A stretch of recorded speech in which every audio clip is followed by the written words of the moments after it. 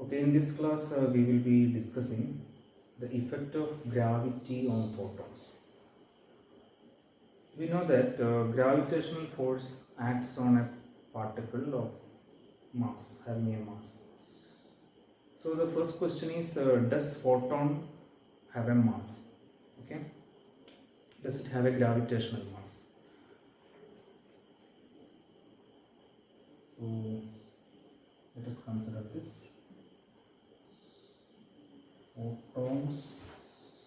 Photons and gravity.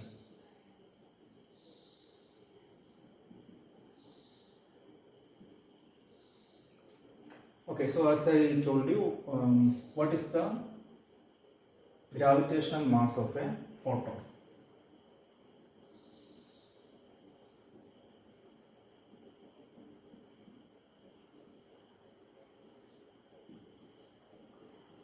Okay, we know that photon's energy, suppose you consider a photon of frequency nu, then its energy can be written as E equals h nu, where h is Planck's constant.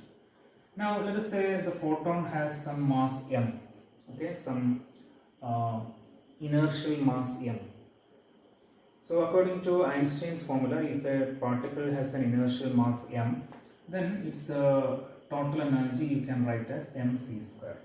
Okay, so I have written photon's energy in two ways, one in terms of its frequency, it is h nu, and the other in terms of its inertial mass, okay, mc square. So we can equate the two, therefore mc square equals h nu, and therefore inertial mass of the photon is h nu by c square. Okay, so this is the mass of a photon. A photon having a frequency nu has an inertial mass h nu by c square, energy by c square. Okay. Now there is a principle of equivalence which says that gravitational mass of every body is exactly equal to its inertial mass. This is the fundamental principle from which Einstein's general relativity is derived, is developed. Okay, so we can say that the inertial mass of the photon is this one, and its gravitational mass is also same, h nu by c square. Now if a photon has a gravitational mass, gravitational force will influence the photon. Okay, so let us consider the way in which gravity influences photon.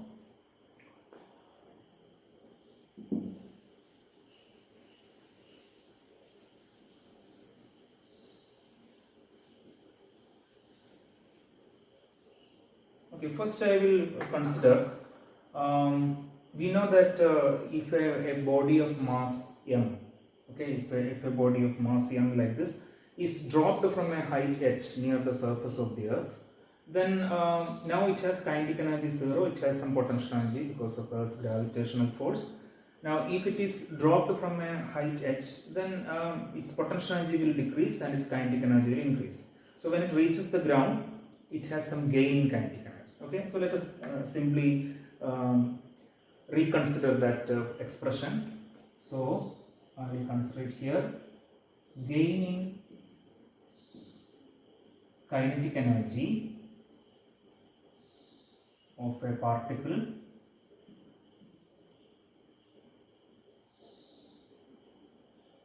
dropped from a height, let us say h, capital H, okay, near the Earth's surface.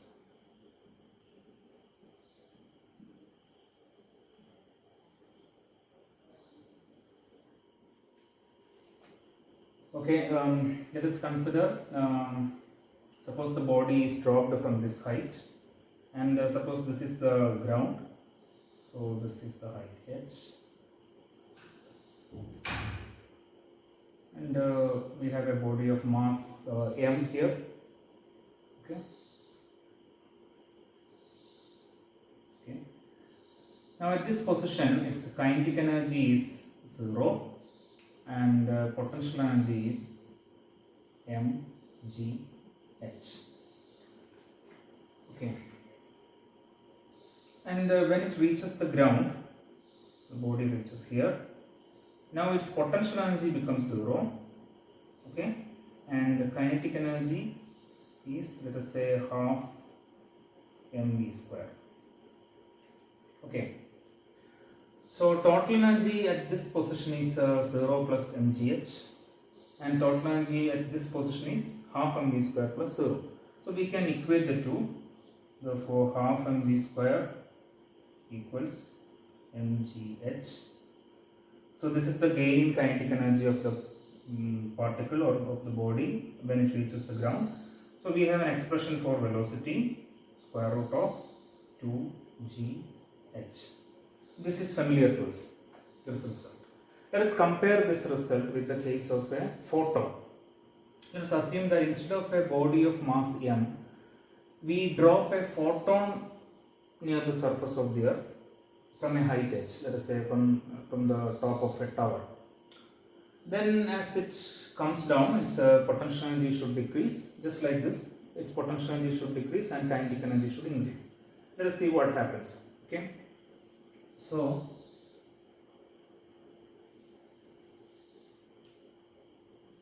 gain in, I will just call energy of a photon, okay, dropped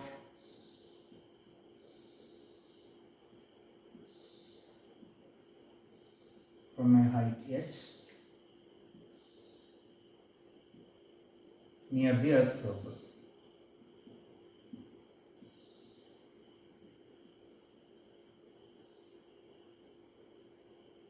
Okay, let us repeat the same experiment. Okay, so let us instead of I am considering the same height here. So instead of the body, we are dropping a photon. Okay, having a frequency nu. Then let us say its kinetic energy. See, a photon doesn't have a rest energy. We know that rest mass of a photon is 0. From special relativity we know. Any body traveling at the speed of light in vacuum has a rest mass 0. So photon has only kinetic energy. So the photon energy is its kinetic energy. So the photon has a frequency nu here. Okay. So its kinetic energy is that. And what is the potential energy? We can use the same expression. Okay, mgh. mgh. Where m is the mass of the photon. Now we know that photon has a gravitational mass. Now when it reaches the ground, okay, this is from the height h. When it reaches the ground, so it reaches the ground. Now what happens? Its potential energy becomes 0, right? Gravitational potential energy becomes 0. Therefore its kinetic energy should increase. Now the kinetic energy of a photon is h nu, which is a constant, nu is the frequency. So the increase in kinetic energy will appear as increase in frequency. So here we can put h nu prime.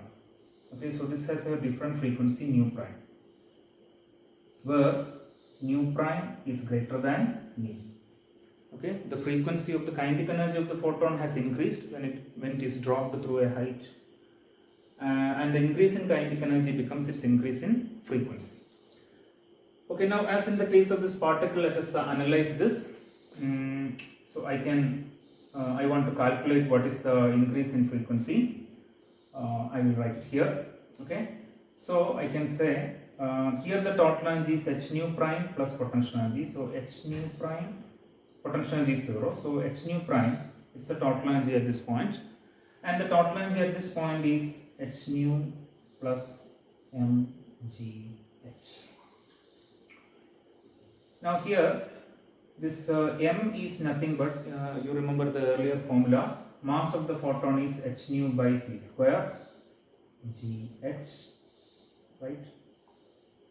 So we can cancel Planck's constant small h from the three terms. Therefore we can have an expression for nu prime minus nu. Okay, nu prime minus nu, change in frequency is nu times gh by c square. Okay. So this is the change in frequency of a photon when it is dropped through a height h near the surface of the earth. Okay, nu is the original frequency, and we know g is acceleration due to gravity, h is the highest, and c is the speed of light in vacuum. Now this type of an experiment was actually done first time in 1960, okay, by two US physicists, Robert Pound and Glenn Repka. This was in 1960. 1960 they did this experiment. Robert Pound and Glenn Repka. Okay. So in the actual experiment they were using gamma ray photons, and they dropped gamma ray photons through a height from a tower of height 22.5 meter. Okay. So let us do a similar calculation. Okay, even though originally they were using gamma ray photons. Let's say, suppose we drop photons, let's say red light, okay, in the visible region. Suppose we drop red photons. So if you use red photons, red light, okay, if you beam red light downward, and this red light or red photons have a frequency 7.3 into 10 raised to 14 hertz. Okay, red light has a wavelength of 700 nanometer. You can calculate the corresponding frequency. It is 7.3 into 10 raised to 14 hertz. So what is the change in frequency of nu prime minus nu? We know that frequency will increase when it comes down. So the change in frequency expression is nu times gh by c square, right? Nu times gh by c square. We know all the terms now. Okay, if you substitute these values, 7.3 into 10 raised to 14, small g is 9.8, h is 22.5 meter, and c is 3 into 10 raised to 8, so we put c square, and if you calculate this value, it will be 1.8 hertz. So the change is very small because the original frequency is of the order of 10 raised to 14 hertz, and what you get is nearly 2 hertz, the increase in frequency. It's a very small value. But if you measure it carefully, we can detect it.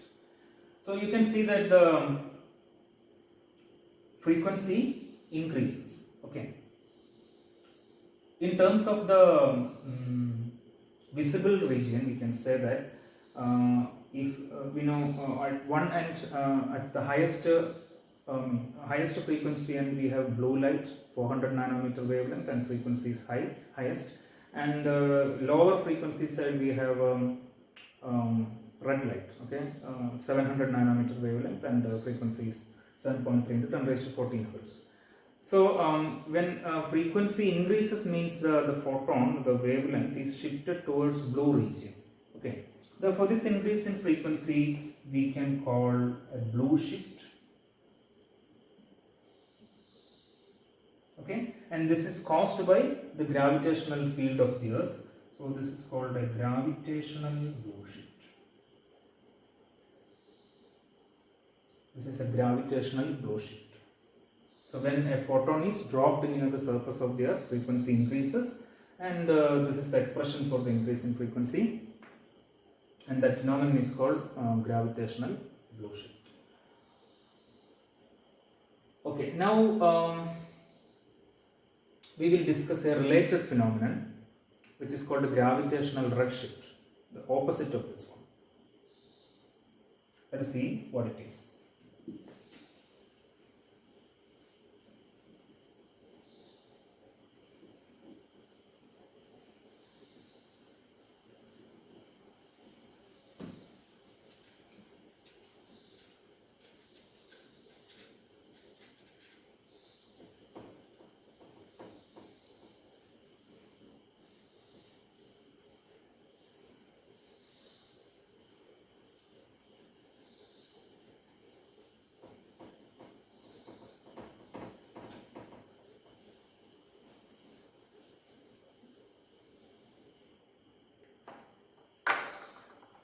Okay, so we want to know what is meant by gravitational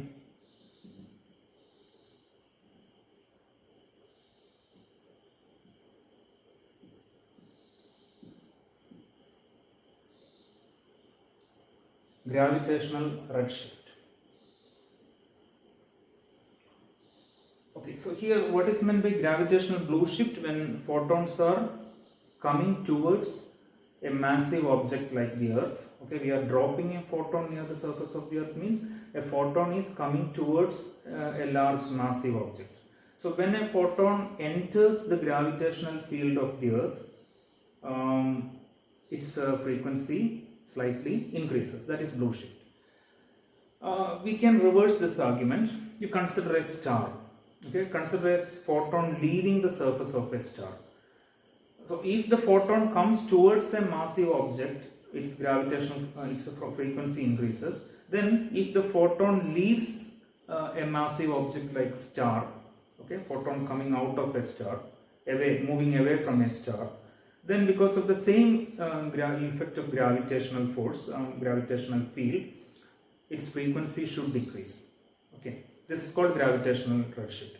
A photon leaving the surface of a star, the frequency of a photon leaving the surface of a star decreases because of the effect of gravity. That's called gravitational redshift, and we want to quantitatively analyze it. Okay. Suppose this is the surface of a star. Okay, its mass is m and radius is capital R. Okay, it's a massive object. Consider a photon leaving the surface of the star. Okay, its frequency is mu. So as before, I am trying to write down its kinetic energy and potential energy. Kinetic energy, as we know, is h nu. And what is potential energy? See, in the previous calculation, when I calculated the change in frequency of a photon dropped near the surface of the Earth, I took the gravitational potential energy at the height h is mgh. Potential energy on the ground is 0. But this is an approximation, you can say. Okay. Even when a particle is on the surface of the Earth, okay, it has a gravitational potential energy. What we have done in the previous calculation is we have simply shifted the scale and assumed, or we put the value 0 to the potential on the surface. So even when the potential on the surface has a particular value, okay, the change in potential will be the same. Okay, it is just like saying that what is your height? Okay, when we say that we have a, let us say, a person has a height of let us say 170 centimeter, what we mean is that the height difference between the top point and the top, okay, between the head and the top is 170 centimeter. Okay, so when we say that the height at this point is 170 centimeter and height at the toe is 0. Okay, here the floor is taken as the reference. Okay, the height at the floor is 0. But you can say, you can make maybe sea level as the reference. Maybe to this floor, the height of this floor from the sea level is maybe 10 meter. Okay, so what is the height on the floor? 10 meter. What is the height on the top of the head? It is 10 meter plus 170 centimeter. Okay, so what is the height difference? Again, 170 centimeter. So in the same way, in the previous calculation, what we have done is, instead of saying that the potential energy on the surface of the Earth is so much, and the potential energy just like our height from the sea level is, height on the floor is 10 meter, and the potential energy at a height h is that value plus mgh, we simply said that the potential energy on the Earth's surface is 0, potential energy at a height is mgh. Okay, so when we say potential energy at a height is mgh, it is actually the potential energy difference between the surface of the Earth and the height. Okay, so what is the gravitational potential energy on the surface of a Earth or any massive object having mass m? Let's say a spherical object of mass m and radius capital R. It is minus g capital M small m divided by R. where g is the gravitational constant, m is the mass of the star, capital R is the radius of the star, and small m is the mass of this body. Okay. So what is this body? It is a photon. Okay, photon, we know photon has a mass m h nu by c square. So this is the kinetic energy of the photon, and it is the gravitational potential energy on the surface of the star. Now the photon is moving away. Okay, as it moves away, we know that its gravitational potential energy will increase. Okay, when a body moves away from the surface of a massive object, its gravitational potential energy will increase. Increase means on the surface the gravitational potential energy is negative. When it moves away, this distance is increasing. Okay, when the denominator increases, the potential energy becomes less and less negative. Okay. So let us say the distance is r, small r, then this will be small r. Instead of capital R, we have to take r, capital R plus that additional distance. So as the distance increases, potential energy will become less and less negative. That means potential energy will increase. When potential energy increases, kinetic energy should decrease. Okay, and when kinetic energy decreases, frequency should decrease. That is the idea. Okay, so let us assume that this photon has gone to a large distance, up to infinite distance. Okay, now the photon has reached here. Maybe I will draw that it's such that its wavelength, frequency decreases. Okay, so wavelength increases. So now the new frequency is, let us say, nu prime, and we know that nu prime is less than nu. Frequency decreases. That is why we call it redshift. So what is the kinetic energy here? Kinetic energy is less. Okay, potential energy increases. We know as distance increases, potential energy becomes less and less negative. When distance becomes infinity, what happens? Denominator is infinity, numerator is still finite.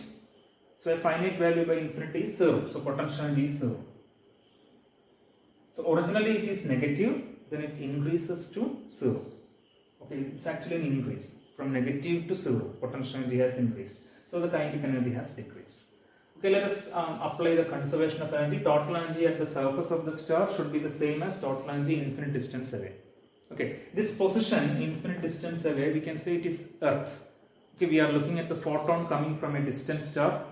Okay, on the surface of the star, this is the situation.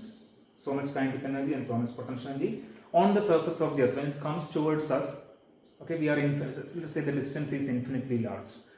Several light years. So when it reaches the surface of the Earth, this is somewhere on the surface of the Earth, distance is practically infinity, so potential energy is nearly 0, kinetic energy decreases. So we want to know what is the new kinetic energy and what is the new frequency.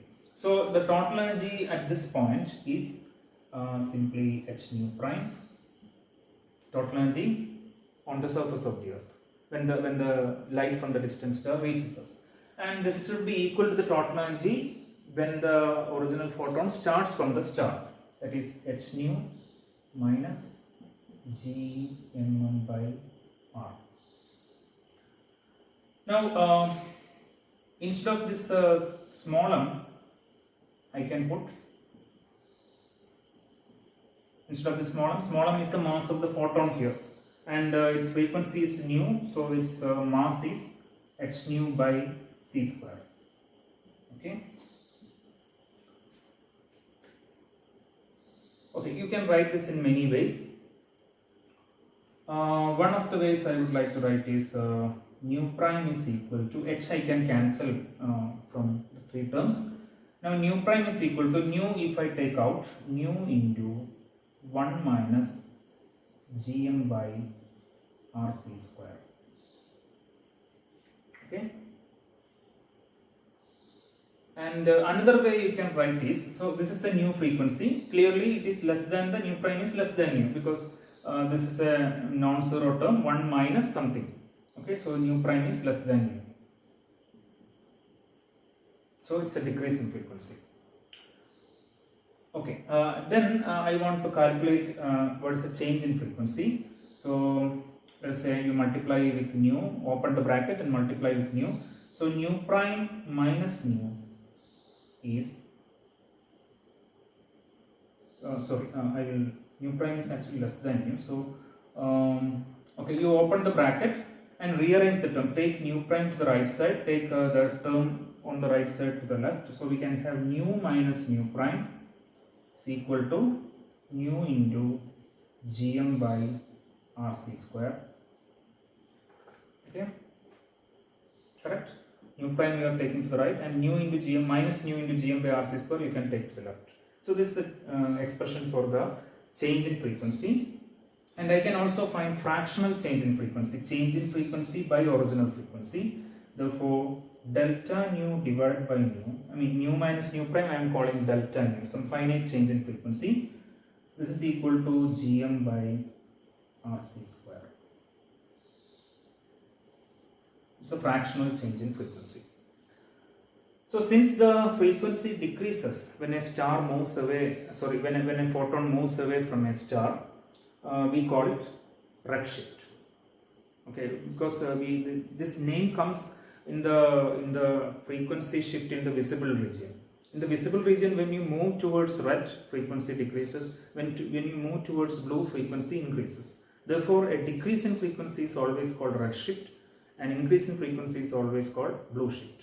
Doesn't matter whether the original photon is in visible region or not. It can be X-ray, it can be gamma ray.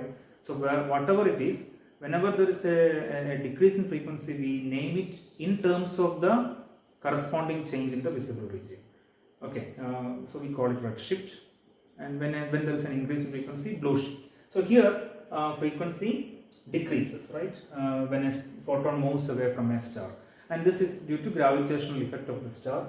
Therefore, we call it gravitational redshift. You may remember that, so let us say we observe a photon coming from a distant star. When the photon leaves that star, okay, because of the gravitational effect of the star, its potential energy is actually increasing compared to the potential energy on the surface of the star, which was negative. So when the potential energy increases, its kinetic energy should decrease, that is, frequency should decrease.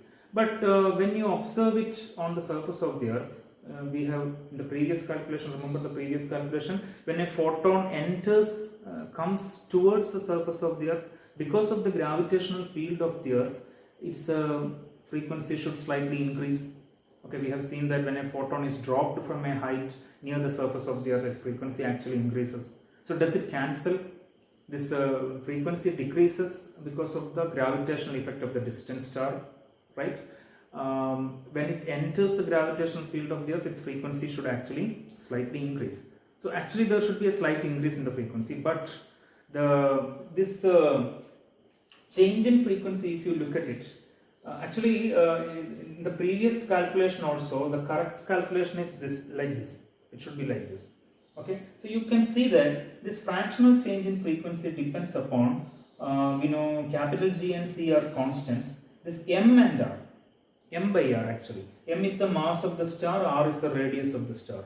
So m by r is the crucial term. Okay, if m by r is large, fractional change in frequency will be large. If m by r is small, fractional change in frequency will be small. Okay, mass by radius. So compared to a distant star, mass by radius value of the earth is very small. Okay, so because of the gravitational effect of the distant star, the frequency of the photon should decrease. There should be gravitational redshift, and when this photon enters the earth's gravitational field, there should be a slight increase in the frequency. We have seen that for red photon it was 1.8 hertz, nearly 2 hertz only. So there's a slight increase in frequency, but that increase in frequency will not compensate for the decrease in frequency due to the distant star. So the two effects will not cancel each other, because in the case of the earth, m by r is very small. So we can actually observe this gravitational redshift in the case of photons. Okay, we know that when you observe a stellar spectrum, there will be different characteristic lines which depend upon what are the composite elements in the star.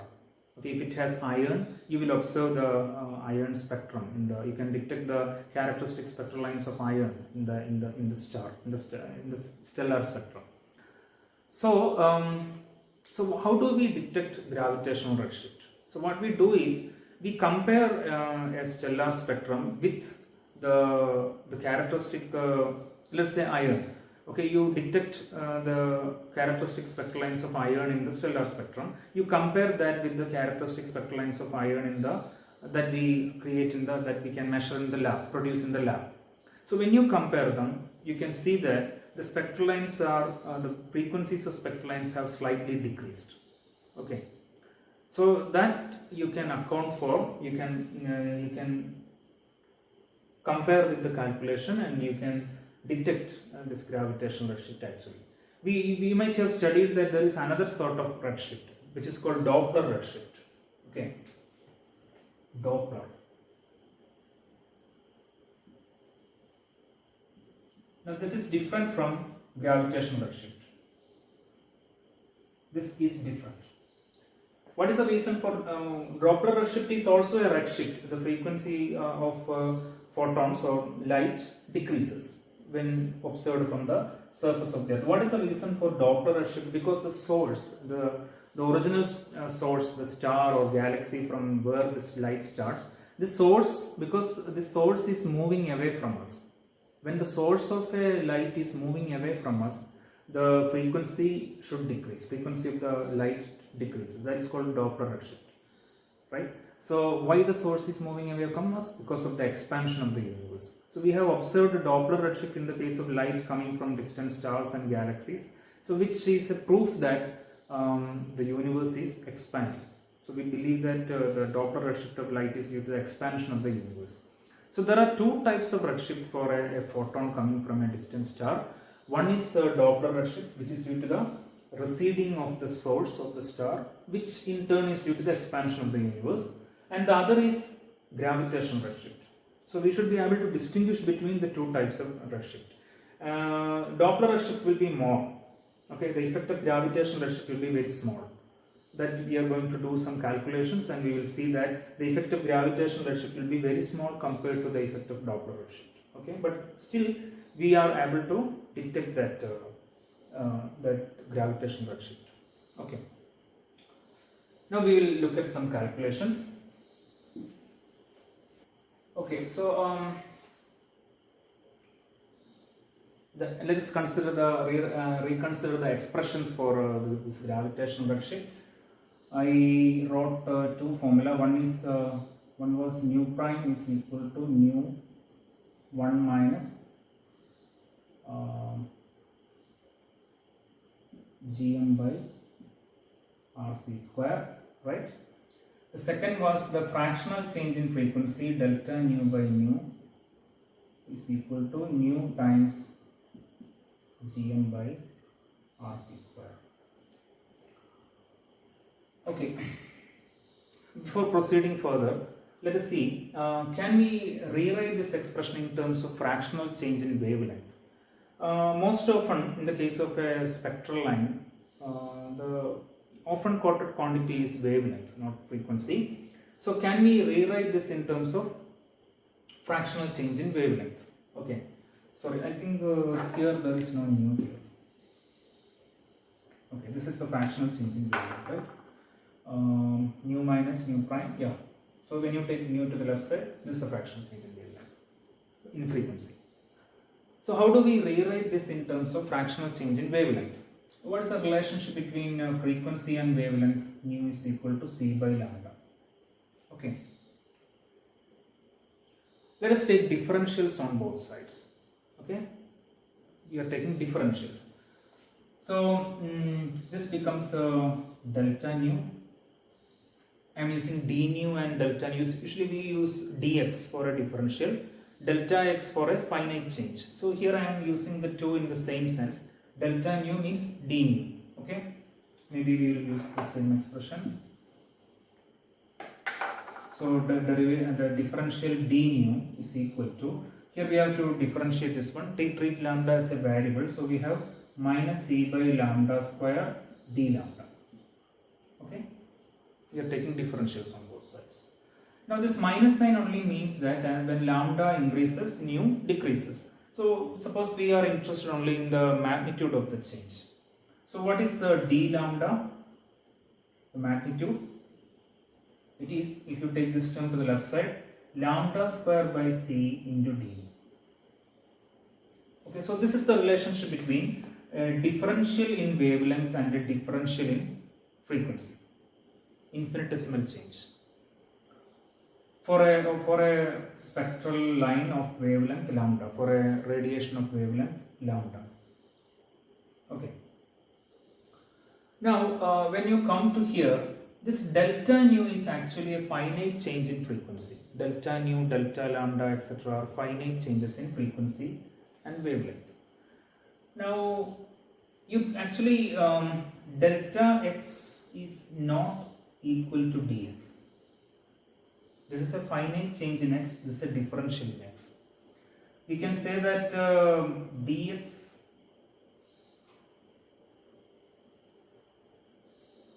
is equal to limit delta x tends to 0 delta x. Okay, only when this finite change goes to tends to 0, okay, we can say that this finite change is same as this infinitesimal change. In the limit when this finite change goes to 0, this and this will be the same. Okay, so this is ideal. So this is a finite change, this is an infinitesimal change. But we have seen here, when this finite change is very small, okay, then in that condition we can say that this finite change and infinitesimal change, or this finite change in x and a differential in x are same.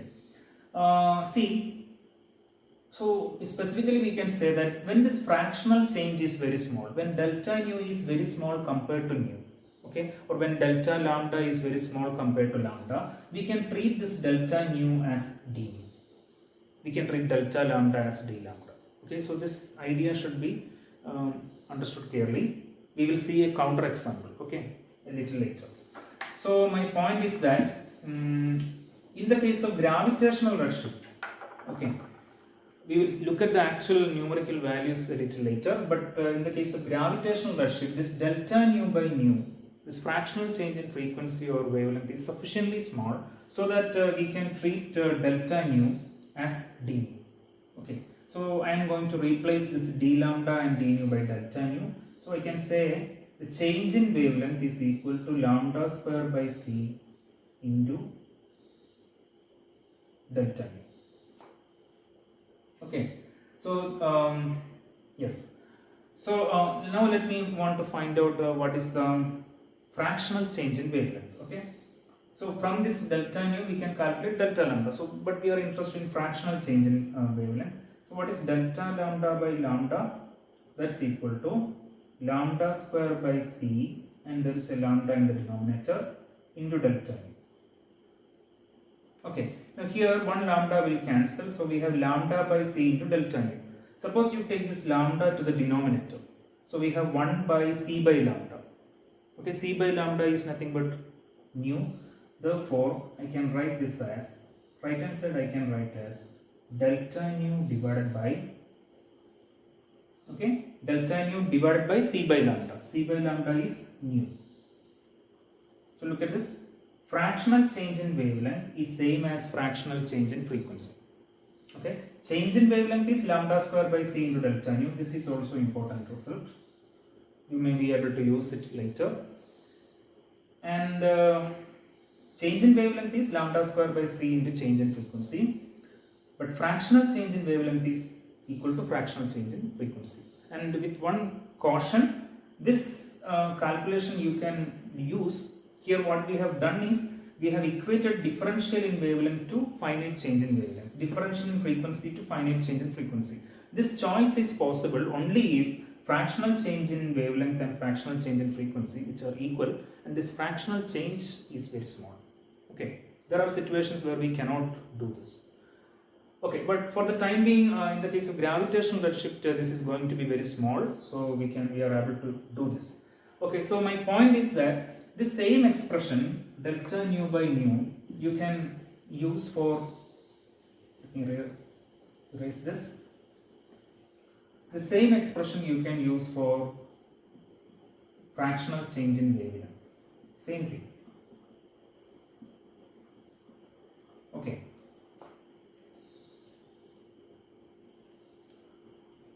Okay, you can use the same formula.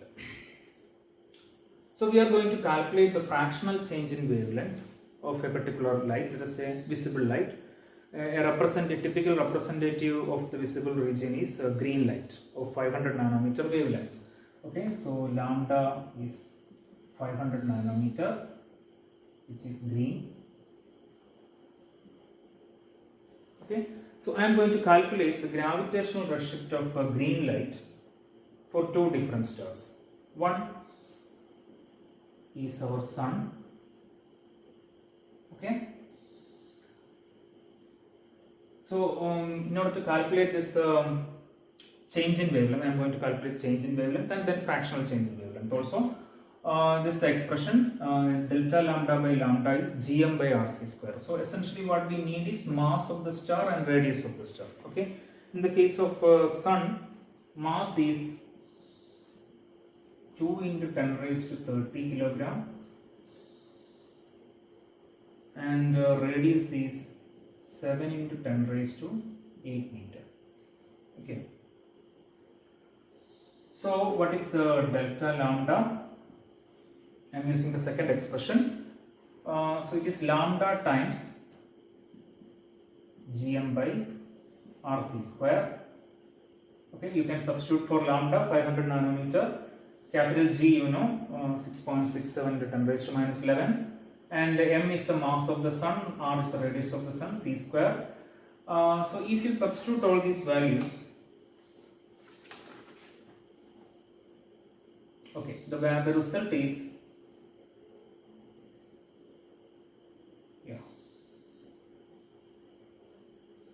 1.06 into 10 raised to minus 12 meter. 1.06 picometer. Okay, the change is very small. Let us find out this delta lambda by lambda. Earlier I said that the fractional change is going to be very small. Let us see how much it is. So this is delta lambda is 1.06 into 10 raised to minus 12, right? And what was lambda? 500 nanometer. So 500 into 10 raised to minus 9. And if you take this fraction, what you are getting is 2.12 into 10 raised to minus 6. It's of the order of 10 raised to minus 6. Okay. This is a very, very small quantity. So in the case of visible light, when you observe the visible light from the sun, it's actually undergoing a gravitational redshift. Green light is shifted by this small amount, but it is so negligibly small that we are unable to detect it.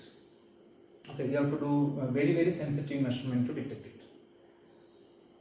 So fractional change is very small. So remember, we are justified in equating a finite change with a differential. Okay. Let us consider a second example, a white dwarf star.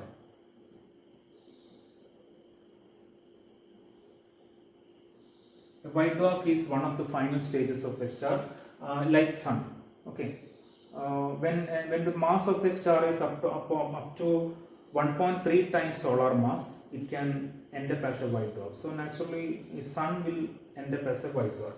So typical mass of a white dwarf, a typical situation, m by r value of a white dwarf is such that if m is of the order of mass of the sun, okay, which is 2 into 10 raised to 30 kilogram, then r is going to be of the order of the radius of the earth, which is 6,400 kilometer or 6.4 into 10 raised to 6 meter. Okay. So if a white dwarf is having the mass of the sun, white dwarfs can have up to 1.3 times solar mass, 1.4 times solar mass. Okay, that is called Chandrasekhar limit. So this is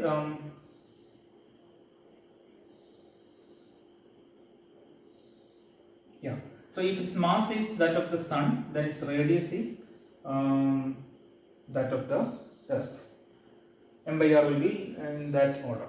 Therefore, what is delta lambda by lambda? Again, we are going to calculate the gravitational redshift of green light. Okay, the fractional change in light of green light. So delta lambda by lambda, same expression. Again, lambda is 500 nanometer. This time m is mass of the sun, but r is radius of the earth.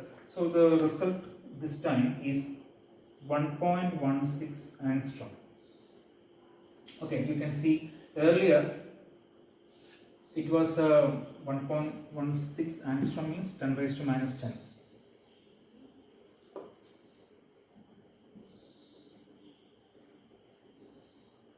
Yeah. So earlier it was 10 raised to minus 12 meter, now it is 10 raised to minus 10 meter. So it is 100 times greater. Okay. I think this is delta lambda. Delta lambda is 1.16 angstrom. And what is delta lambda by lambda? That ratio is 2.32 into 10 raised to minus 4. Okay, you can see that there is a 100 times increase in the change in wavelength and the corresponding fractional change in wavelength. But still, the fractional change in wavelength is 10 raised to minus 4. Okay, so even for a white dwarf star with a large M/R value compared to Sun, this fractional change in wavelength is very small. So this is why we say that gravitational redshift is usually very small compared to Doppler redshift. And this earlier point I want to stress again. In the case of gravitational redshift, this delta lambda by lambda, we consider two examples. We see that it's still very small even for a white dwarf star, 10 raised to minus 4. Therefore, it is justifiable to use finite change in lambda, replace it by differentials in lambda. An example where we cannot do it is consider, for example, Compton scattering. Compton scattering of X-rays. Okay, we have studied that in Compton scattering, the maximum change in frequency is I think 4.8 picometer, right? Nearly 5 picometer. Now, if you are using, let's say, let us consider X-ray. Maybe I will do it here.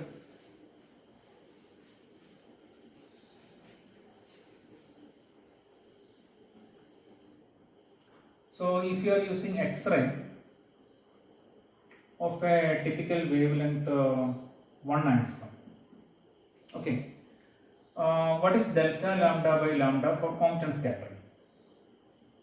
Okay, delta lambda is nearly 5 picometer and lambda is nearly 1 angstrom. So, I can say it is nearly 5 into 10 raised to minus 2. So, it is the fractional change is 10 raised to minus 2. In such a situation, we cannot replace a finite change in lambda with a differential in lambda. Okay, so that is important. So in Compton scattering of X-rays, you cannot do this. But again, you consider Compton scattering of visible light. Visible light. Let us say green light, 500 nanometer. What is delta lambda by lambda? I am talking about Compton scattering. Okay. So let us consider maximum change in wavelength. So this is of the order of maximum change is nearly 5 picometer. This is 500 nanometer. So it is, let us say, 5 into 10 raised to minus 7 meter. So 5 will cancel. This is 10 raised to minus 12. This is 10 raised to minus 7. So it is 10 raised to minus 5.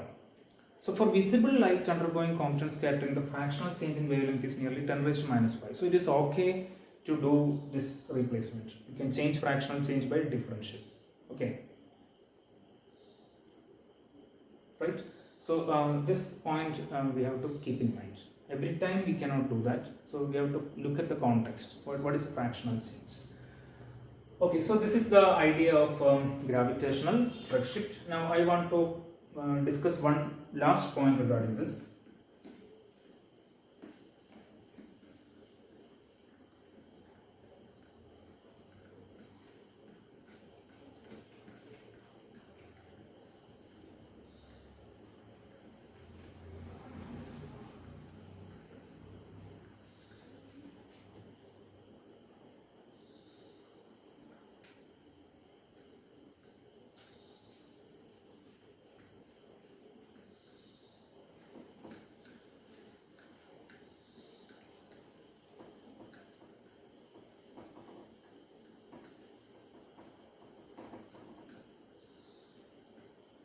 Okay.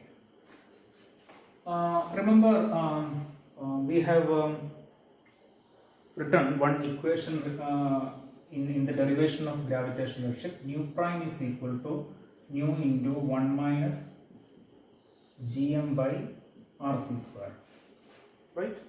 The new frequency is when the photon starts from the surface of the star, its original frequency was nu. When it reaches a large distance away, maybe on the surface of the earth, its frequency is nu prime, and nu prime is less than nu. Okay, obvious. Okay, we have seen that this change in frequency depends upon this m by r value of a star.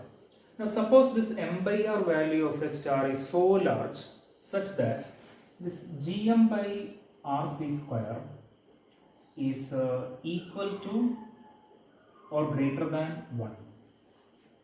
Suppose. What happens when gm by rc square is equal to 1?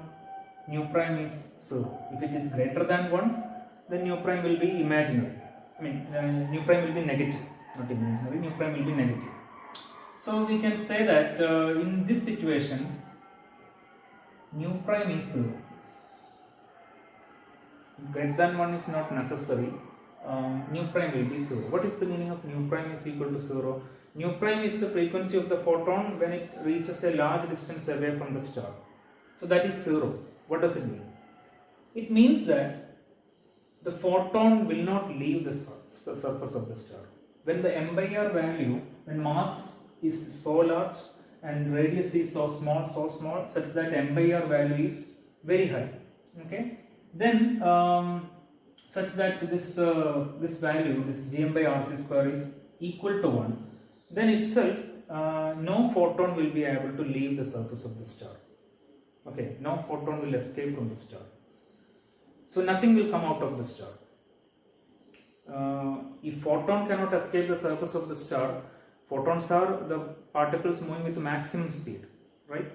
Then if photon cannot escape the surface of the star, it means that the escape velocity on the surface of such a star will be nearly equal to the speed of light in vacuum. So if photon cannot escape, nothing will escape from such a star. Such a star is called a black hole. This is yet another stage in the final stages of star. One stage is a black hole. Massive stars will become black holes. I said that stars having mass of the order of solar mass will end up as white dwarf. Then heavier stars will end up as neutron stars. Still heavier stars can end up as black holes. So this is the approximate condition for a star to be a black hole. Gm by rc square should be greater than or equal to 1. But this is what we have done is only a very approximate calculation for about a black hole. Where if you remember, we have used Newton's law of gravitation to calculate the change in frequency, right? The gravitational potential energy on the surface of a star, we have used the expression minus gmm by capital R, which is coming from the Newton's universal law of gravitation. But in 1915, Einstein put forward a generalized theory of gravity. He modified Newton's law of gravitation. He generalized the idea of Newton's law of gravitation and he proposed general relativity. Okay. So, in the case of a massive body like black hole, where the gravitational field is so intense, we will have to use the results of general relativity, not Newton's law of gravitation. It will not give exact result. So, if you apply general relativity, okay, if you apply general relativity, instead of the Newtonian calculation we have done, partly Newtonian calculation, okay, we have done, then this gm by rc square is greater than or equal to half. There is a significant difference in the condition. So this is the condition for a star to be a black hole. So what is the critical radius for a star to be a black hole? If you rearrange this, you can see that r is, okay, if you take r to the right side, 2 to the left side, r is less than or equal to 2 gm by c square, right? If mass of a star if you consider a spherical object, if its mass is contained within a radius, okay, 2 gm by c square, equal to or less than 2 gm by c square, this body, this spherical body will become a black hole. Okay, so the critical value is it's called this radius. The critical radius is r is equal to 2 gm by c square. This is the critical radius for a body of mass m, a spherical body of mass m, to become a black hole. If mass m is contained within this radius, equal to or less than this value, the body will become a black hole. And this calculation, this exact calculation for a body to become a black hole was first done by Carl Schwarzschild. Okay, Schwarzschild.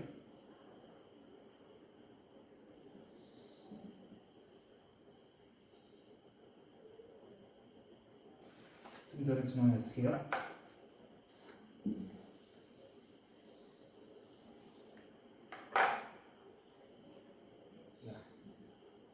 Therefore, this radius is called Schwarzschild radius. He did this calculation shortly after Einstein published his results, within 1 year, 1 or 2 years.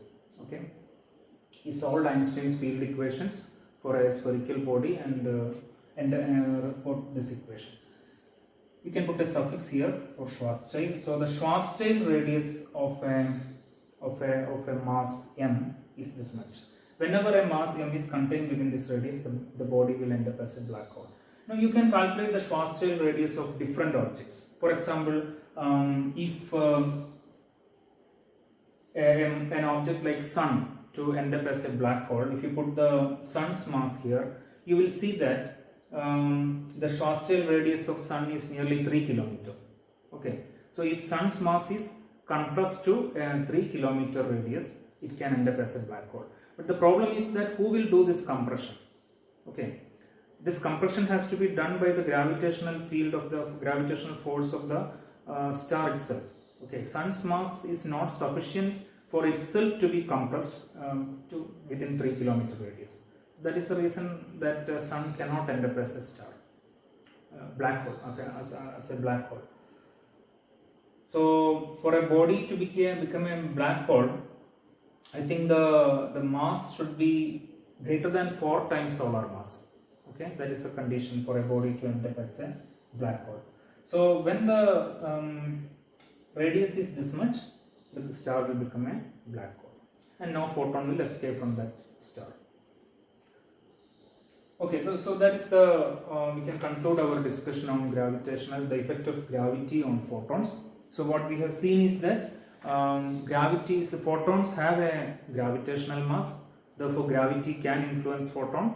When it enters the gravitational field of the Earth, its frequency can increase. We have calculated the increase in frequency of a photon as it comes down a height h near the surface of the Earth, which we can call blue shift, because there is a slight increase in frequency.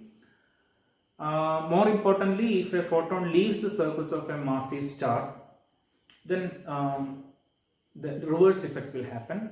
The frequency will decrease. So that is called gravitational redshift. But this redshift depends upon this ratio m by r. M by r should be sufficiently large for there is a reasonable measurable change in frequency. And for Sun, we have calculated this. It is a small quantity. The fractional change in frequency or wavelength for visible light is, for example, 10 raised to minus 6. Whereas for a white dwarf star, it is 100 times greater. Fractional change can be 10 raised to minus 4. Okay, and for a star like black hole, this gravitational redshift will be stretched in such a way that the final frequency of the photon will be 0. That means photon cannot leave the surface of the star. And more exact calculations show that this condition is not this but this one. So for the critical radius for a spherical body to become a black hole is Schwarzschild radius, which is this much. Okay, that's all.